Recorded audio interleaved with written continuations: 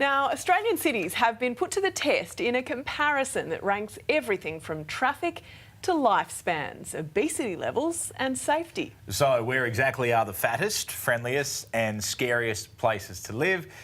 Joining us to discuss all this is social researcher Claire Madden.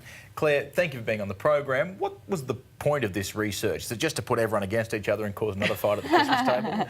Well, this is a federal government tool called the National Cities Performance Framework, and it compares 21 of our largest cities plus Western Sydney across a whole lot of different indicators. So jobs and skills to housing, affordability and infrastructure, even innovation and planning and general livability of our cities, so that government and industry and communities can work together for the continuous improvement of our cities. One of the nation's biggest rivalries would be between Sydney and Melbourne. Absolutely. But one subject neither wants to win is which city has the worst traffic. Both are pretty bad.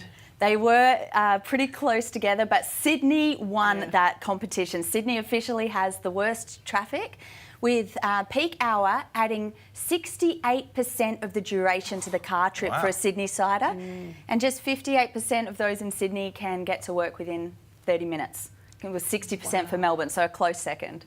Wow. I think it'd be about 104% of Canberrans that can get to work. That's right, they get there early. They get there before they leave, yeah. So the other one is the obesity levels. Which is the fattest city? Well, Toowoomba actually had the highest rates of obesity at 36.3%, and Perth had the lowest at 23%.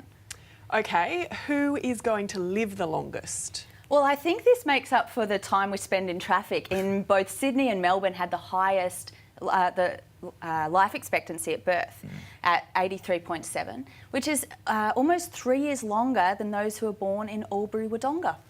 Wow. I would have thought country living would be so much for fresh beneficial. Yeah. Where do Aussies feel the least safe? Well, when it comes to going for a walk at night in the dark, they felt the least safe in Cairns, Townsville and Western Sydney, and they felt the most safe in the Sunshine Coast. That's where Stevie is today. Yeah. Beautiful. Feeling very safe. Another competition. Who is the friendliest? The friendliest went to Ballarat, would you believe? Oh, Friendly lovely. Ballarat, and 96% there say that someone outside their home, so it could be family or friends or someone in the community, would help them in a time of need. But we did find that Australia is a friendly place, with 90% being the lowest score for any of our big cities. Good to hear. I like that.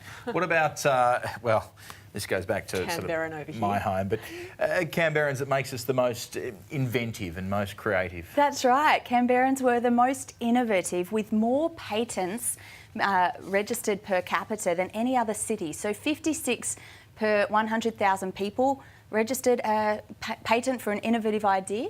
However, they also had the most access to green space. So I think that might, enable their creative juices to flow, I think. Again, less time in the car. That's exactly right. So if we want to be friendly, we move to Ballarat. If we want to spend less time in traffic, we get away from Sydney and Melbourne. That's right. But then you live shorter. But you want to live longer. Oh yeah, yeah. Any of the results that surprise you? Well, I just think it's amazing the difference between our cities. Each have their strength and their areas for improvement, but overall that Australia is such a livable, amazing nation. We already knew that. It's nice to have Claire, it thank you. reinforced. Yeah, Thanks, Claire. Thank you.